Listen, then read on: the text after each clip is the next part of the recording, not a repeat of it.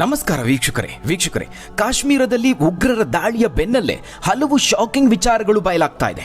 ಮೋದಿ ದಿಢೀರಂತ ಸೌದಿ ಪ್ರವಾಸವನ್ನ ಮೊಟಕುಗೊಳಿಸಿ ಭಾರತಕ್ಕೆ ಬಂದಿದ್ದಾರೆ.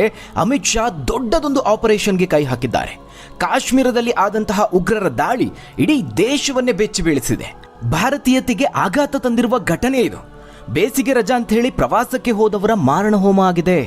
ತಮ್ಮ ಸ್ನೇಹಿತರ ಜೊತೆಗೆ, ಪತ್ನಿ ಮಕ್ಕಳ ಜೊತೆಗೆ, ತಂದೆ ತಾಯಿಯ ಜೊತೆಗೆ, ಅಕ್ಕ ತಂಗಿ ಅಣ್ಣ ತಮ್ಮಂದಿರ ಜೊತೆಗೆ ಮಿನಿ ಸ್ವಿಟ್ಜರ್ಲ್ಯಾಂಡ್ ಅಂತ ಖ್ಯಾತಿ ಪಡೆದಿರುವ ದಕ್ಷಿಣ ಕಾಶ್ಮೀರದ ಪಹಲ್ಗಾಮ್ ಜಿಲ್ಲೆಯ ಬೈಸರಾನ್ ಹುಲ್ಲುಗಾವಲು ಪ್ರದೇಶದಲ್ಲಿ ತಮ್ಮ ಕುಟುಂಬ ಸದಸ್ಯರ ಜೊತೆಗೆ ಹಾಯಾಗಿ ಕಾಲ ಕಳೀತಾ ಇದ್ರು.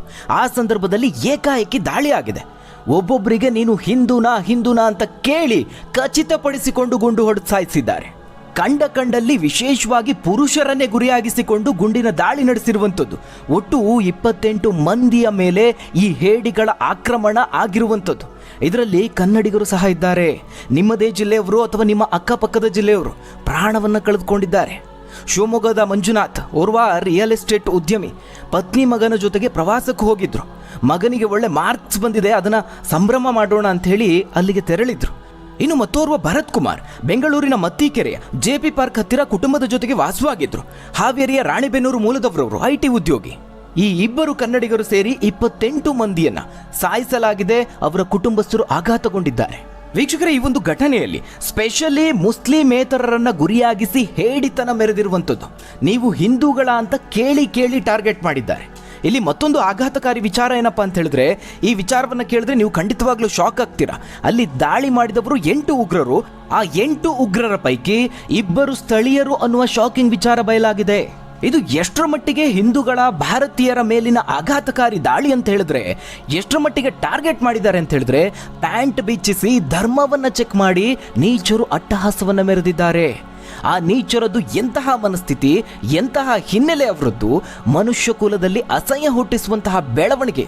ಇಂತಹ ಘಟನೆಗಳು ಆದ ಮೇಲೂ ಕೂಡ ಭಾರತೀಯರು ಇದನ್ನ ಸಹಿಸಿಕೊಳ್ಳೋದಕ್ಕೆ ಸಾಧ್ಯ ಇಲ್ಲ. ವೀಕ್ಷಕರು, ಇದರಲ್ಲಿ ನೀವೆಲ್ಲರೂ ಅರ್ಥ ಮಾಡ್ಕೊಳ್ಬೇಕಾದ ಸಾಕಷ್ಟು ವಿಚಾರಗಳಿದೆ. ಇವತ್ತಿನ ನಮ್ಮ ಈ ಒಂದು ಸಂಚಿಕೆ ತೀಕ್ಷ್ಣವಾಗಿದೆ ಅನಿಸಿದ್ರು ಹೇಳುವಂತಹ ಎಲ್ಲಾ ವಿಚಾರಗಳು ವಾಸ್ತವ ಸಂಗತಿ. ನಮ್ಮ ಈ ಹಿಂದಿನ ಯಾವ ವಿಡಿಯೋವನ್ನ ಪೂರ್ತಿಯಾಗಿ ಕೊನೆವರೆಗೂ ನೋಡಿ ಅಂತ ನಾನು ಹೇಳಲಿಲ್ಲ. ಆದರೆ ಈ ವಿಡಿಯೋವನ್ನ ನೀವು ನೋಡಲೇಬೇಕು ವೀಕ್ಷಕರೇ. ಸ್ನೇಹಿತರೆ, ಇವತ್ತು ದೇಶದಲ್ಲಿ ಟೆರರಿಸ್ಟ್ಗಳು ಅಟ್ಯಾಕ್ ಮಾಡಿದ್ದಾರೆ ಅಂತ ಹೇಳಲಾಗ್ತಾ ಇದೆ. ಆದರೆ ಈ ಟೆರರಿಸ್ಟ್ಗಳು ಅಂದ್ರೆ ಭಯೋತ್ಪಾದಕರು ಯಾರು ಹೊರಗ್ನವರು, ಎಲ್ಲೋ ಅಟ್ಯಾಕ್ ಆಗಿದೆ ಅಂತ ಹೇಳಿ ನೀವೇನಾದ್ರೂ ಸುಮ್ಮನಿದ್ರೆ ನಾಳೆ ದಿನ ನಿಮಗೂ ಕೂಡ ಇಂತಹ ಪರಿಸ್ಥಿತಿ ಬರಬಹುದು. ಯಾಕಂದ್ರೆ ಈ ಘಟನೆಯನ್ನ ಎಲ್ಲರೂ ಯಾವ ರೀತಿ ಭಾವಿಸ್ತಾ ಇದ್ದಾರೆ, 28 ಮಂದಿಯ ಮಾರಣ ಹೋಮ ಆಗಿದೆ, ಅವರು ಪ್ರವಾಸಕ್ಕೆ ಹೋಗಿದ್ರು, ಅಲ್ಲಿ ಅಟ್ಯಾಕ್ ಆಗಿದೆ ಅಂತ ಅಂದುಕೊಳ್ತಿರೋದು. ಆದ್ರೆ ಈ ಅಟ್ಯಾಕ್ ಎಲ್ಲಿ ಬೇಕಾದ್ರೂ ಆಗಬಹುದು, ನೀವಿರುವಂತಹ ಸ್ಥಳದಲ್ಲೂ ಕೂಡ ಆಗಬಹುದು, ಅಥವಾ ಭಾರತದಲ್ಲಿ ಕಾಶ್ಮೀರದಂತಹ ಯಾವುದೇ ಒಂದು ಪ್ರದೇಶಕ್ಕೆ ಹೋದಂತಹ ಸಂದರ್ಭದಲ್ಲಿ ಕುಟುಂಬ ಸಮೇತರಾಗಿ ಪ್ರವಾಸ ಹೋಗಿರಬಹುದು, ಕೆಲಸದ ನಿಮಿತ್ತ ಹೋಗಿರಬಹುದು. ಆ ಸಂದರ್ಭದಲ್ಲಿ ಈ ರೀತಿಯಾದಂತಹ ಘಟನೆಗಳು ಆಗಬಹುದು, ಅಟ್ಯಾಕ್ಗಳಾಗಬಹುದು. ಪಶ್ಚಿಮ ಬಂಗಾಳದಲ್ಲಿ ನಡೆದಂತಹ ಭಾರತೀಯರ ಮೇಲಿನ ದಾಳಿಯ ಬೆನ್ನಲ್ಲೇ ಕಾಶ್ಮೀರದಲ್ಲಿ ಹಿಂದೂಗಳ ಮಾರಣ ಹೋಮ ಆಗಿರುವಂಥದ್ದು. ಅಷ್ಟೇ ಯಾಕೆ, ಇತ್ತೀಚೆಗೆ ಮಂಗಳೂರಿನಲ್ಲೂ ಕುಕ್ಕರ್ ಬಾಂಬ್ ಅನ್ನು ಸ್ಫೋಟಿಸಲಾಗಿತ್ತು. ಕಾಶ್ಮೀರದಲ್ಲಾಗಿದೆ, ಮಂಗಳೂರಿನಲ್ಲಾಗಿದೆ, ಬೆಂಗಳೂರಿನಲ್ಲಾಗಿಲ್ವಲ್ಲ, ನಾವ್ಯಾಕೆ ತಲೆ ಕೆಡಿಸ್ಕೊಳ್ಳೋಣ ಅನ್ನೋ ರೀತಿಯಲ್ಲಿ ನೀವೇನಾದರೂ ಯೋಚನೆ ಮಾಡಿದ್ರೆ, ಬೆಂಗಳೂರಿನಲ್ಲೂ ವರ್ಷದ ಹಿಂದಷ್ಟೇ 2024 ಮಾರ್ಚ್ನಲ್ಲಿ ರಾಮೇಶ್ವರಂ ಕೆಫೆಯನ್ನು ಸ್ಫೋಟಿಸಲಾಗಿತ್ತು. ಇಲ್ಲಿ ಬಾಂಬ್ ಬಿಟ್ಟವರು ಅಬ್ದುಲ್ ಮತೀನ್ ತಹಾ ಮತ್ತು ಮುಜಾವಿರ್ ಹುಸೇನ್ ಶಾಯಬ್. ಆ ಒಂದು ದಾಳಿಯಲ್ಲೂ ಹಲವರು ಗಾಯಗೊಂಡಿದ್ರು. ಕೆಲಸಕ್ಕೆ ಹೋಗೋರು ಬೆಳಗ್ಗೆ ತಿಂಡಿ ತಿನ್ನೋಣ ಅಂತ ಹೇಳಿ ಹೋಟೆಲ್ಗೆ ಹೋಗಿದ್ರು. ಆದ್ರೆ ಬಾಂಬ್ ದಾಳಿ ಆಗುತ್ತೆ ಅಂತ ಯಾರು ಊಹೆ ಮಾಡಿರಲಿಲ್ಲ. ಇನ್ನು 2008ರಲ್ಲಿ ಬೆಂಗಳೂರಿನಲ್ಲಿ ಸರಣಿ ಬಾಂಬ್ ಸ್ಫೋಟ ಆಗಿತ್ತು. ಮಡಿವಾಳ, ಮೈಸೂರು ರೋಡ್, ಆಡುಗೋಡಿ, ಕೋರಮಂಗಲ, ವಿಠಲ್ ಮಲ್ಯ ರೋಡ್, ಲಾಂಗ್ಫೋರ್ಡ್ ನಗರ, ರಿಚ್ಮಂಡ್ ರಸ್ತೆ, ಈ 7 ಸ್ಥಳದಲ್ಲಿ 1 by 1 ಬಾಂಬ್ ಸ್ಫೋಟಿಸಲಾಗಿತ್ತು. ಇದಾದ ನಂತರದಲ್ಲಿ ಫೋರಂ ಮಾಲ್ ಸಮೀಪದಲ್ಲಿ ಮತ್ತೊಂದು ಬಾಂಬ್ ಪತ್ತೆಯಾಗುತ್ತೆ. ಅದನ್ನು ಸ್ಫೋಟಗೊಳ್ಳೋದಕ್ಕಿಂತ ಮುಂಚೆನೆ ಬಾಂಬ್ ನಿಷ್ಕ್ರಿಯ ದಳ ಪತ್ತೆ ಹಚ್ಚುತ್ತೆ. ಬೆಂಗಳೂರಲ್ಲೇ ನಡೆದಂತಹ ಈ ಸರಣಿ ಬಾಂಬ್ ಸ್ಫೋಟ ಪ್ರಕರಣ ಎಷ್ಟೋ ಜನಕ್ಕೆ ಮರ್ತೇ ಹೋಗಿದೆ. ಎಷ್ಟೋ ಜನಕ್ಕೆ ಇದು ಗೊತ್ತಿಲ್ಲದೇನೆ ಇರಬಹುದು, ಬೆಂಗಳೂರಿಗರೇ ಮರೆತು ಹೋಗಿದ್ದಾರೆ. ಇನ್ನು 2013ರಲ್ಲಿ ಬೆಂಗಳೂರಿನ ಬಿಜೆಪಿ ಆಫೀಸ್ ಹತ್ತಿರದಲ್ಲಿ ಬಾಂಬ್ ಸ್ಫೋಟಿಸಲಾಯಿತು. ಈ ಘಟನೆಯಲ್ಲಿ ಉಗ್ರರಾದಂತಹ ಸೈಯದ್ ಅಲಿ ಮತ್ತು ಜಹಾನ್ ಅಮೀರ್ರನ್ನ ಬೆಂಗಳೂರು ಪೊಲೀಸರು ಬಂಧಿಸ್ತಾರೆ. ಅದೇ ರೀತಿಯಲ್ಲಿ 2014ರಲ್ಲಿ ಚರ್ಚ್ ಸ್ಟ್ರೀಟ್ನಲ್ಲಿ ಫ್ಲವರ್ ಪಾಟ್ ಅಲ್ಲಿ ಬಾಂಬ್ ಇರಿಸಿ ಸ್ಫೋಟಿಸಲಾಗಿತ್ತು. 2014ರ ಘಟನೆಗೆ ಸಂಬಂಧಪಟ್ಟಂತೆ ಕರ್ನಾಟಕ ಪೊಲೀಸರು ಇಂಡಿಯನ್ ಮುಜಾಹಿದ್ದೀನ್ಗೆ ಸೇರಿದ ಹೈದರ್ ಅಲಿ, ಒಮರ್ ಸಿದ್ದಿಕಿ ಅನ್ನುವ 2 ಉಗ್ರರನ್ನ ಬಂಧಿಸ್ತಾರೆ. ವೀಕ್ಷಕರೇ, ಈ ಎಲ್ಲಾ ಘಟನೆಯಲ್ಲೂ ಅನೇಕ ಸಾವು ನೋವು ಸಂಭವಿಸುತ್ತೆ. ಈ ರೀತಿಯಾಗಿ ನಿರಂತರವಾಗಿ ದೇಶದೆಲ್ಲೆಡೆ ಉಗ್ರಗಾಮಿ ಚಟುವಟಿಕೆ ಅಟ್ಯಾಕ್ಗಳು ನಡೀತಾನೆ ಇದೆ. ಇವೆಲ್ಲದರಲ್ಲಿ ಹಿಂದೂ ವಿರೋಧಿ ಚಟುವಟಿಕೆ, ಭಾರತೀಯ ವಿರೋಧಿ ಚಟುವಟಿಕೆ ನಡೆದಿರುವಂಥದ್ದು. ಸ್ನೇಹಿತರೆ, ಇವತ್ತಿನ ಈ ಒಂದು ದಾಳಿ ಅಕ್ಷರಶಃ ಕಾಶ್ಮೀರಿ ಪಂಡಿತರ ಹತ್ಯೆಯನ್ನು ನೆನಪು ಮಾಡ್ತಾ ಇದೆ. ಈ ಹಿಂದಿನ ಪುಲ್ವಾಮಾ ದಾಳಿ ಬಗ್ಗೆ ಹಲವರು ಹಾರಾಡಿ ಚೀರಾಡಿದ್ರು. ಅವರೆಲ್ಲ ಇವತ್ತು ಕಣ್ಮರೆ ಆಗಿದ್ದಾರೆ. ಈ ಕಾಶ್ಮೀರ ದಾಳಿ ಬಗ್ಗೆ ಅವರು ಯಾರಿಗೂ ಮಾತಾಡೋದಕ್ಕೆ ಧ್ವನಿನೇ ಇಲ್ಲ. ಪುಲ್ವಾಮಾ ದಾಳಿ ಉದ್ದೇಶಪೂರ್ವಕ, ಅಷ್ಟೊಂದು ದೊಡ್ಡ ಪ್ರಮಾಣದ ಸ್ಫೋಟಕ ಹೇಗೆ ಭಾರತದೊಳಗೆ ಬಂತು ಅಂತ ಒಂದಷ್ಟು ಜನ ಕೇಂದ್ರದ ವಿರುದ್ಧವಾಗಿ ನಾನಾ ಆರೋಪಗಳನ್ನು ಮಾಡಿದ್ರು, ಅಬ್ಬರಿಸಿದ್ರು. ಇವತ್ತೇನು ಹೇಳ್ತಾರೆ ಈ ದಾಳಿಗೆ ಅವರು? ಇನ್ನು ಕಾಶ್ಮೀರಿ ಪಂಡಿತರ ಹತ್ಯೆ ನಡೆದೇ ಇಲ್ಲ, ಅದೆಲ್ಲ ಕಟ್ಟುಕತೆ ಅನ್ನೋ ಅಷ್ಟರ ಮಟ್ಟಿಗೆ ಮಾತಾಡಿದ್ರು. ಆ ನಾಲಾಯಕ್ಗಳೆಲ್ಲ ಇವತ್ತು ಈ ದಾಳಿಯ ಬಗ್ಗೆ ಏನು ಹೇಳ್ತಾರೆ? ವೀಕ್ಷಕರೇ, ಪಾಕಿಸ್ತಾನಿ, ಲಷ್ಕರ್ ಇ ತೊಯ್ಬಾ, ಇಂಡಿಯನ್ ಮುಜಾಹಿದೀನ್, ಈ ರೀತಿಯಾಗಿ ಬೇರೆ ಬೇರೆ ನೂರಾರು ಉಗ್ರ ಗುಂಪುಗಳಿದೆ. ಆದರೆ ಅವೆಲ್ಲವೂ ಒಂದೇ, ಅವರೆಲ್ಲರ ಅಜೆಂಡಾ ಒಂದೇ, ಬೇರೆ ಬೇರೆ ಹೆಸರನ್ನ ಇಟ್ಕೊಂಡಿದ್ದಾರಷ್ಟೇ. ಇವರನ್ನೆಲ್ಲ ಭಯೋತ್ಪಾದಕರು ಅಥವಾ ಟೆರರಿಸ್ಟ್ಗಳು ಅಂತ ಬೇರೆದೇ ರೀತಿ ಕರೀತಾರಷ್ಟೇ. ಆದರೆ ಅವರೆಲ್ಲರ ಹೆಸರನ್ನ ಪಟ್ಟಿ ಮಾಡಿದ್ರೆ ನೀವೆಲ್ಲರೂ ಶಾಕ್ ಆಗ್ತೀರಾ. ಇದು ಬಹಳ ಸೂಕ್ಷ್ಮ ವಿಚಾರ. ಹಿಂದೂ ವಿರೋಧಿಗಳು, ಭಾರತೀಯ ವಿರೋಧಿಗಳು, ಭಾರತೀಯರನ್ನ ಕಂಡ್ರೆ ಆಗದವರು ಇಂತಹ ಕೃತ್ಯಗಳನ್ನ ಎಸಗ್ತಿದ್ದಾರೆ. ಈ ಘಟನೆ ನಾವಿದನ್ನು ಯಾಕೆ ಇಷ್ಟು ಗಂಭೀರವಾಗಿ ಪರಿಗಣಿಸಬೇಕು ಅನ್ನೋದನ್ನ ಅರ್ಥ ಮಾಡಿಸ್ತಾ ಇದೆ.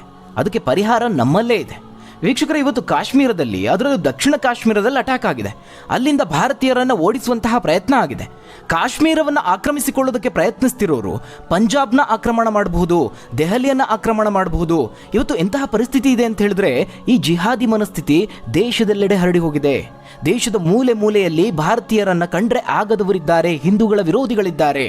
ಈ ಘಟನೆಯಲ್ಲಿ ಗಮನಿಸಬೇಕಾದ ವಿಚಾರ ಅಂತ ಹೇಳಿದ್ರೆ, ಕಾಶ್ಮೀರದಲ್ಲಿ ಆ ಉಗ್ರ ಅಲ್ಲಿ ಗುಂಡು ಹೊಡೆಯುವಂತಹ ಸಂದರ್ಭದಲ್ಲಿ ನೀನು ಕುರುಬನಾ, ನೀನು ಒಕ್ಕಲಿಗನಾ, ನೀನು ದಲಿತನಾ, ನೀನು ಯಾವ ಕ್ಯಾಟಗರಿ ಜಾತಿ ಅಂತ ಕೇಳಲಿಲ್ಲ. ಅಲ್ಲಿ ಕೇಳಿದ್ದು ಯಾವ ಧರ್ಮ ಅಂತ. ಆ ಪ್ರವಾಸಿಗ ಹಿಂದೂ, ಭಾರತೀಯ ಅಂತ ಗೊತ್ತಾದ ಕೂಡಲೇ ಗುಂಡಿಟ್ಟು ಕೊಲ್ಲಲಾಗಿದೆ. ಇದನ್ನು ನಾವೆಲ್ಲರೂ ಗಮನಿಸಬೇಕು. ಯಾಕೆ ಭಾರತ ವಿರೋಧಿ ಚಟುವಟಿಕೆಗಳು ಹೆಚ್ಚಾಗ್ತಿದೆ ಅಂತ ಹೇಳಿದ್ರೆ, ಈ ರೀತಿಯ ಭಯೋತ್ಪಾದಕರು ಭಾರತದೊಳಗೆ ನುಗ್ತಾ ಇದ್ದಾರೆ. ಭಾರತದಲ್ಲಿ ವಿಷಬೀಜವನ್ನು ಬಿತ್ತಿ ಭಯೋತ್ಪಾದಕರನ್ನ ಸೃಷ್ಟಿ ಮಾಡ್ತಿದ್ದಾರೆ.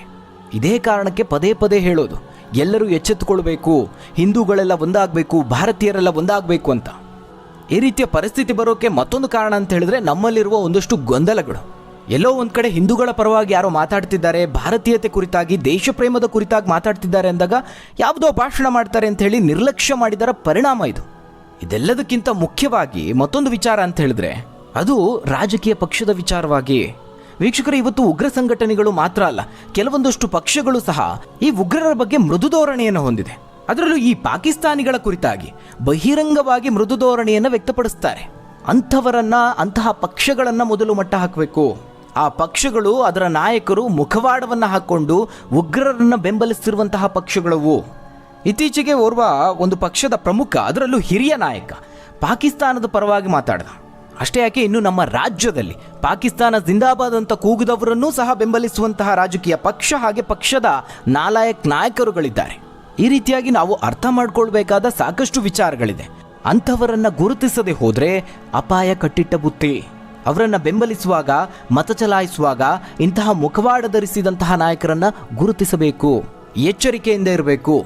ಇನ್ನು ವೀಕ್ಷಕರೇ, ಈ ಕಾಶ್ಮೀರ ಪಹಲ್ಗಾಮ್ ಅಟ್ಯಾಕ್ನಲ್ಲಿ ಆ 28 ಮಂದಿಯನ್ನ ಕೊಂದ ನಂತರದಲ್ಲಿ ಜೊತೆಯಲ್ಲಿ ಬದುಕುಳಿದಂಥವರಿಗೆ ಆ ಉಗ್ರರು ಏನು ಹೇಳ್ತಾರೆ ಅಂತ ಹೇಳಿದ್ರೆ, ನಿಮ್ಮನ್ನ ಯಾಕೆ ಸಾಯಿಸಿಲ್ಲ ಅಂತ ಹೇಳಿದ್ರೆ, ನೀವು ಮೋದಿಗೆ ಈ ವಿಚಾರವನ್ನು ತಲುಪಿಸಬೇಕು ಅಂತ ಹೇಳಿದ್ದಾರೆ. ಈ ಘಟನೆಯ ಬಗ್ಗೆ ಕೇಳಿದ್ರೆ ನಿಮಗೆ ಅರ್ಥ ಆಗಬಹುದು ಏನು ನಡೀತಿದೆ, ದೇಶದಲ್ಲಿ ಏನಾಗ್ತಿದೆ ಅಂತ.